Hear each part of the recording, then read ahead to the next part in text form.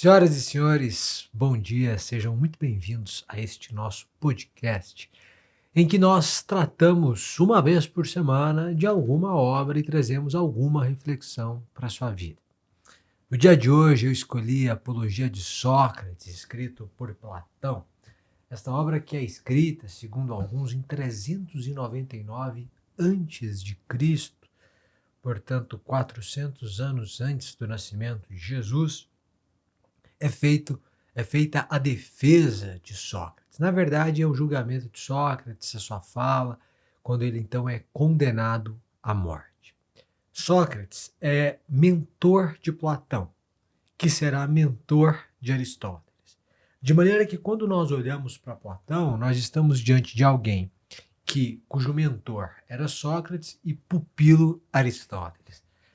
Platão é absolutamente fundamental para se entender a filosofia ocidental, a academia ocidental e o estudo como um todo. Eu destaquei alguns pontos da obra, é uma pequena, grande obra, que inclusive eu recomendo a leitura aos senhores. E eu vou refletir sobre alguns desses pontos com vocês no dia de hoje. Ele começa a sua defesa dizendo assim: o que vós, cidadãos atenienses, haveis sentido, quem diz isso é Sócrates, com o manejo dos meus acusadores, não sei. Certo é que eu, devido a eles, quase me esquecia de mim mesmo. Tão persuasivamente falavam. Contudo, não disseram, eu o afirmo, nada de verdadeiro. Esse primeiro trecho aqui é o momento em que Sócrates vai ter a palavra. E aí ele vai falar. E ele diz: olha, vocês aí, cidadãos atenienses, vocês acabaram de ouvir os meus acusadores. E eu não sei o que vocês sentiram, mas eu quase me convenci ouvindo eles falarem mal de mim. Tão persuasivamente eles falaram. Eu destaquei esse trecho porque vira e mexe, a gente passa por algo assim na vida. As pessoas falam mal de nós e nós acreditamos no que elas estão dizendo. É como se se elas estivessem falando a verdade, mesmo falando uma mentira. Porque elas apresentam fundamentos, elas trazem exemplos, elas lembram de ocasiões para dizer que você é o que você não é. Quando a gente pensa em fenômenos como cancelamento de alguém, o que você tem no cancelamento? Você tem muitas vezes uma pessoa no seu pior momento. Ela diz algo que não deveria ou que não devia ter dito, ela disse algo que não devia ter dito, fez algo que não devia ter feito. E aquele gesto, aquela ação, aquela omissão, aquela fala, foram absolutamente reprováveis e ensejaram a reprovação. Só que o cancelamento significa negar tudo daquela pessoa em razão de um comportamento. Então a gente tem uma resposta absolutamente desproporcional ao que a pessoa fez, disse, pensou, falou, enfim. Por quê? Porque é um tribunal de opinião. E aí este tribunal não observa proporcionalidade. Mas esse tribunal que é de opinião passa a ser um tribunal de opinião universal. Todo mundo pensa daquela maneira.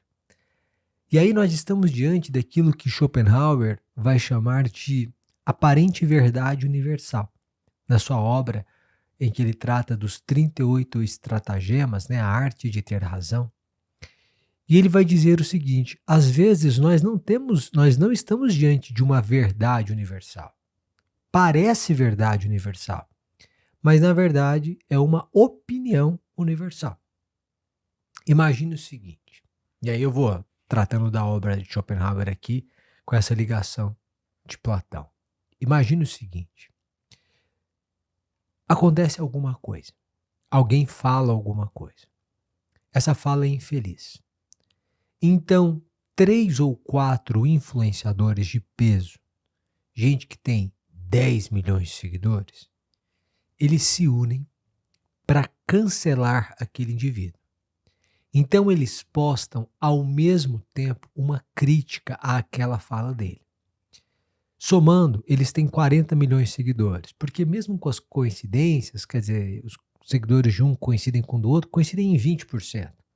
Somando, eles têm mais ou menos 40 milhões de seguidores diferentes. E aí? E aí que, de repente, esses 40 milhões de seguidores começam a reproduzir, a repostar, a parafrasear aquelas falas e começa uma espécie de linchamento público. Todo mundo começa a cancelar aquele indivíduo ao mesmo tempo. E aí? E aí que você olha para aquilo que está sendo afirmado, todo mundo está falando a mesma coisa, que aquilo parece uma verdade universal. Por quê? Porque se tornou uma opinião universal. Só que no fundo, não é nenhuma opinião universal. É a opinião de 3 ou 4 pessoas influentes. E aí Schopenhauer vai dizer: ninguém quer pensar, mas todo mundo quer ter opinião.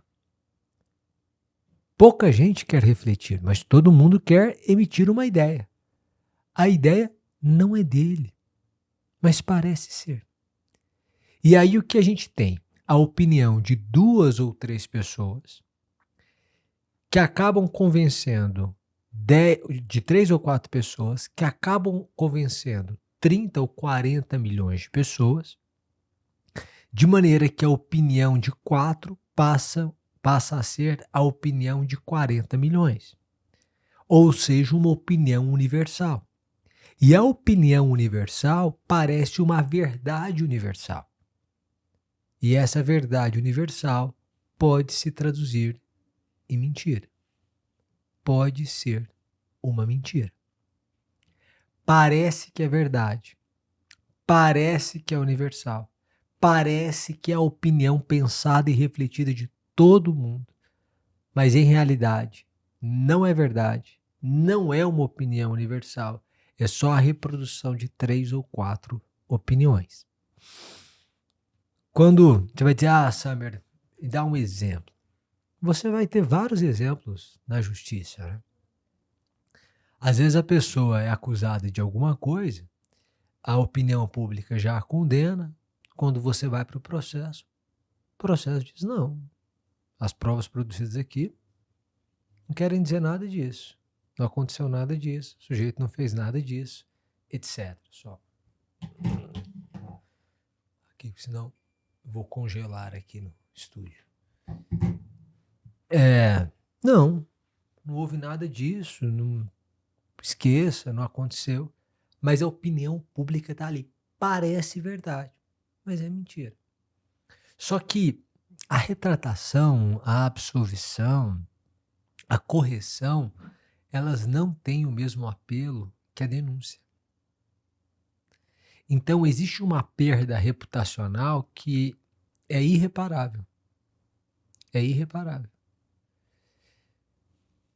O que Sócrates está dizendo aqui, né? É escrito por Platão, mas é Sócrates quem diz, gente, 3 ou 4 pessoas influentes, persuasivas, falaram algumas coisas de mim, pode ser que essa opinião delas, que parece verdade, seja a opinião de todos vocês a partir de agora. Porque quase virou minha opinião. Se eu não tivesse prestado muita atenção no que elas falaram, e se eu não me conhecesse, eu diria que é verdade. Mas uma coisa eu afirmo a vocês: nada de verdadeiro. Contudo, não disseram nada de verdadeiro. A minha ressalva aqui não é tanto pelo impacto que uma mentira pode ter na vida de outra pessoa e você embarcar sem pensamento crítico, sem reflexão, sem ser ponderado, mas evidentemente vale para isso também, mas é para você não acreditar nas mentiras que contam a seu respeito, porque existem mentiras que são contadas a seu respeito. Na criminologia, a gente estuda a chamada, ah, o chamado etiquetamento, a rotulação social. O que é isso? Às vezes uma pessoa comete um crime. Gente, muito provavelmente, mas muito provavelmente, você já cometeu crimes. Você já bebeu mais do que poderia e dirigiu. Você já quebrou alguma coisa de alguém intencionalmente quando você era adolescente. Ah, não era um crime. Ah, tá bom, ato infracional análogo ao crime de dano. Você injuriou alguém, xingou, ofendeu. Você caluniou alguém, disse que alguém tinha cometido um crime, sabendo que a pessoa não tinha cometido. Ah, eu nunca fiz isso. Talvez você nem se lembre. Ou você difamou alguém. Talvez você tenha ameaçado alguém de um mal injusto e grave. E aí você vai percebendo que você já andou aí na passarela do direito penal, né? Sei lá, contrafação, falsificou alguma coisa, DVD, CD, na época de CD. Se a gente pudesse pegar sua ficha, né, com a informação divina, né, lembra de tudo que você fez, uns 10 ou 15 anos de prisão, acho que caberiam aí. Você vai somando as penas, aí você descobre isso tudo. A verdade é que, imagine o sujeito que comete um crime. Ele furta. Ele vai ao supermercado e ele aproveita um momento de bobeira e coloca um produto no bolso. Produto era um produto de R$ 70. Chocolate caríssimo de R$ 70. Não quis comprar, colocou no bolso para sair com ali de graça. Ou seja, furto. Na saída, o sujeito é pego ali no estacionamento ou ainda no caixa. Não quero discutir sobre consumação do crime, sobre crime impossível, nada disso. Mas veja, suponhamos que a gente tenha um furto consumado, né? O sujeito estava lá fora do supermercado, quando o gerente ou fiscal desce esbaforido as escadas, dizendo que o sujeito tinha levado os chocolates, e aí saem atrás e conseguem capturá-lo. Esse sujeito é preso, é condenado, etc. Depois disso, ele é tido como um bandido. Furtou. Ele é um bandido. Há uma rotulação, um etiquetamento. O que acontece? Se 10 pessoas chamam você de bandido, em algum momento você acha que você é. Você pode achar que você é. E aí você passa a se comportar como? Por quê? Porque você passa a acreditar que esse é o seu papel na sociedade. Que você nasceu para isso. Porque se você pensar, em toda a sociedade há ladrões. Você convive com ladrões no Brasil, mas na Suíça também há furto. Mas na Dinamarca também há furto. Mas na Noruega também há furto. Há, em proporção muito menor, infinitamente menor do que no Brasil. Claro, mas continua existindo. Lá as desigualdades sociais são menores, o país é mais rico, a educação é superior e evidentemente isso traz repercussão. Mas veja, em todos os lugares há bandidos, há criminosos, há furtos. Então, se em toda a sociedade há, alguém exerce esse papel. Eu não estou dizendo que o sujeito não tem que ser punido e tal, nada disso. Eu estou dizendo que o sujeito começa a achar que o papel dele nessa sociedade é esse. Qual é o ponto? Se você começar a acreditar nas coisas ruins que falam a seu respeito, você vai começar a agir como se isso fosse uma verdade. E isso pode, evidentemente, destruir a sua vida. Mas por quê? Porque você acreditou numa mentira que contaram a seu respeito. O fato de você ter mentido uma vez torna você um mentiroso? Não. Torna você alguém que mentiu uma vez. O fato de você mentir todos os dias faz de você um mentiroso. Mas aí eu estou falando de uma mentira habitual. O mentiroso é alguém que mente por habitualidade. Quem mente esporadicamente, quem mente em uma situação extrema, quem mente uma vez, não é um mentiroso. É uma pessoa normal. Porque certamente você também já mentiu. Bom, aqui eu faço um outro destaque e eu vou lê-lo para vocês. Na realidade, nada disso é verdadeiro. E se tendes ouvido de alguém que instrui e ganha dinheiro com isso, não é verdade. Embora em realidade isso me pareça bela coisa que alguém seja capaz de instruir os homens, como Górgias de Leontino, Pródigo de Celse e Hípias de Elis. Esse raciocínio aqui, ele se aplica ao ensino religioso. Ele diz assim, se tendes ouvido de alguém que instrui e ganha dinheiro com isso, não é verdade. Qual é o ponto? É que alguém podia dizer, na verdade, esse Sócrates é um problema, cara. Ele faz isso para enganar as pessoas. Ele pega esses jovens porque ele fica aí incutindo pensamentos revolucionários nos jovens e ele faz isso para ganhar dinheiro. Ele faz isso para ganhar dinheiro. E aí o Sócrates vai dizer, não, gente, eu não faço isso para ganhar dinheiro, não. Nunca ganhei R$1. Eu faço isso porque, para mim, uma vida irrefletida, uma vida sem reflexão, uma vida que não vale a pena. Tanto é que eles propõem a ele que ele vive uma vida sem reflexão. Ele diz, não, sem reflexão, eu prefiro morrer. E ele morre. Ele é condenado à morte, né? E ele morre. Por quê? Porque ele se nega a viver uma vida sem reflexão. E veja, quando você não recebe por isso, esse é um ponto que é delicado, ele é uma linha tênue, porque ele mesmo diz isso, né?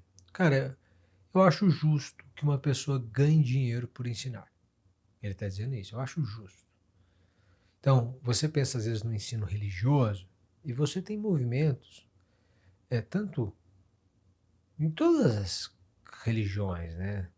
Você tem aí, você vai encontrar padres, pastores e outros religiosos que ensinam e cobram por isso na internet.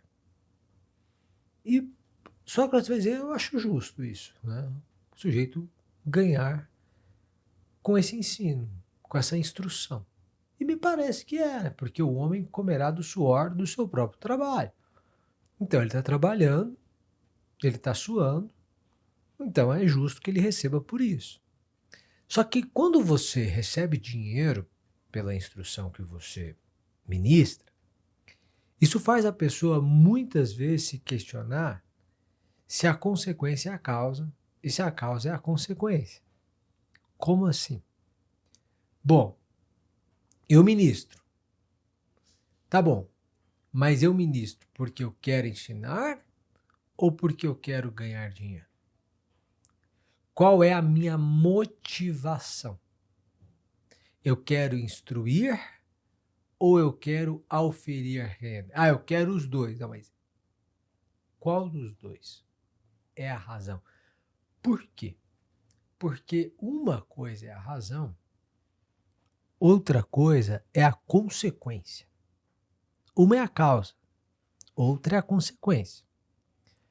Eu lendo a biografia, a história do BTG, que mistura a biografia do César com a do André Esteves, Luiz César e André Esteves, e a biógrafa, né, uma biógrafa, ela diz que quando o César monta o banco, BTG, o Pactual, na verdade, ele vai escolher alguns sócios, né, para montarem com ele, vai atrás de alguns sócios. E um dos sócios é o Paulo Guedes, que muitos anos depois se tornaria ministro da Fazenda.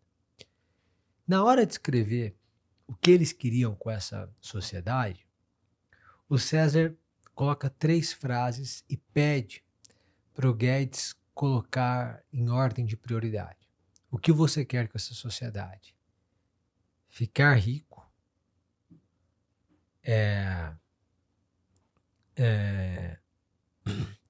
desenvolver um produto de excelência ou se divertir trabalhando? Qual é a prioridade? Não, eu quero ficar rico. Não, eu quero me divertir trabalhando. Não, eu quero fazer um produto de excelência. Em primeiro lugar, o que você quer? E narra a biógrafa que o Paulo Guedes colocou na seguinte ordem: eu quero me divertir trabalhando, porque assim eu construirei um produto de excelência e, consequentemente, ficarei rico. Veja, a riqueza para ele, e para um banqueiro, portanto, porque aí é Paulo Guedes na condição de banqueiro, a riqueza para ele é consequência. Consequência. Então o sujeito é banqueiro. Porque quando você olha para um banqueiro, você pensa, a razão principal de ele estar fundando um banco é para ganhar dinheiro. É isso que o move. E veja, a razão principal dele não era essa. Cara, eu quero trabalhar com isso, eu gosto disso. Então eu vou me divertir trabalhando. Meu objetivo é me divertir trabalhando. Por ter prazer de estar aqui. Depois de eu ter prazer de estar aqui, consequentemente, eu vou fazer um produto de excelência. Porque se eu gosto do que eu faço bem feito. Concorda comigo? Concordo. E aí, consequentemente, eu vou ganhar dinheiro. É isso. Tudo isso para dizer para você o seguinte: é lícito que você ganhe dinheiro com o que você faz. Eu acho que, inclusive, você deve procurar ganhar dinheiro com o que você faz. Mas eu acho que dinheiro tem que ser a consequência de um trabalho no qual você se diverte, ou seja, do qual você gosta, e que você faz com excelência. Agora, isso não tira do dinheiro a sua importância. Como assim? Você precisa olhar para o dinheiro e pensar assim: eu preciso de dinheiro. Quanto de dinheiro eu quero ter? Porque isso tem que ter impacto nas 2 primeiras escolhas. Porque você pode se divertir fazendo diferentes coisas. E diferentes coisas trazem diferentes consequências monetárias. O sujeito, por exemplo, vamos pegar o Guedes, que fez economia, depois fez PhD em Chicago, etc. O sujeito pode ser, e essa era a história dele antes do Pactual, um professor, um analista. E ele pode amar ser professor de economia. Amar. E ganhar muito menos do que poderia se ele fosse banqueiro. Então, eu me divirto sendo professor, eu me divirto sendo banqueiro. Suponhamos, um economista. Eu me divirto com os dois. Qual dos dois eu quero? Bom, tem que ver com qual eu me divirto mais. Não é só isso. Eu tenho que descobrir também o tamanho da minha ambição. Por quê? Porque se eu sou capaz de me divertir sendo um banqueiro e tendo uma consequência financeira muito maior, por que eu não vou me divertir sendo um banqueiro? Eu posso dar aula uma vez por mês, posso dar aulas magnas, eu não preciso estar na universidade todos os dias, corrigindo prova, acompanhando aluno, ministrando. É muito legal isso, de estar na universidade todos os dias. Mas eu preciso considerar também a minha ambição. Ou então não, eu não tenho essa ambição. Para mim é diferente. Se eu vou ser professor universitário, viver como professor universitário, ganhar como professor universitário, ou se eu vou ganhar como banqueiro, essas coisas do luxo não me ganham, não me movem, não me atraem. Eu prefiro a universidade, eu prefiro ensinar, eu prefiro ter esse prestígio acadêmico. Tá tudo certo. Então, o primeiro é se divertir trabalhando. O segundo é, então, promover algo de excelência. Veja, quando eu falo de um professor, eu estou falando da prestação de um serviço, que é de ensino. Mas eu posso falar também de um produto, porque o curso é um produto.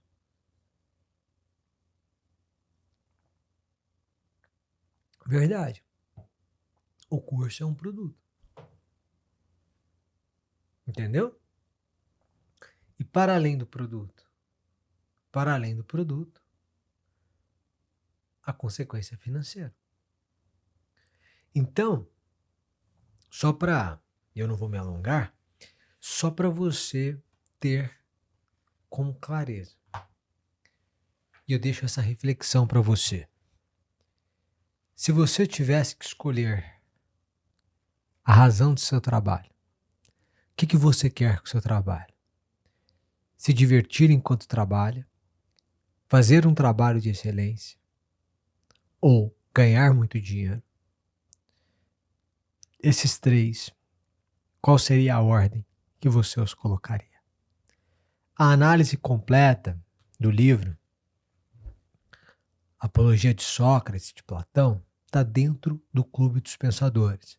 Você pode fazer parte do Clube dos Pensadores e ler durante o ano 12 obras comigo. São apenas 15 minutos por dia que você leva para ler as obras, e uma vez por semana eu faço uma reflexão, como essa aqui, passando por trechos da obra e refletindo com você. Mas eu deixo essa pergunta para você. Qual a ordem de motivações para o seu trabalho? O dinheiro é a consequência ou é a causa? Pense nisso e aprenda com Platão. Um grande abraço e até o nosso próximo encontro. Tchau, tchau.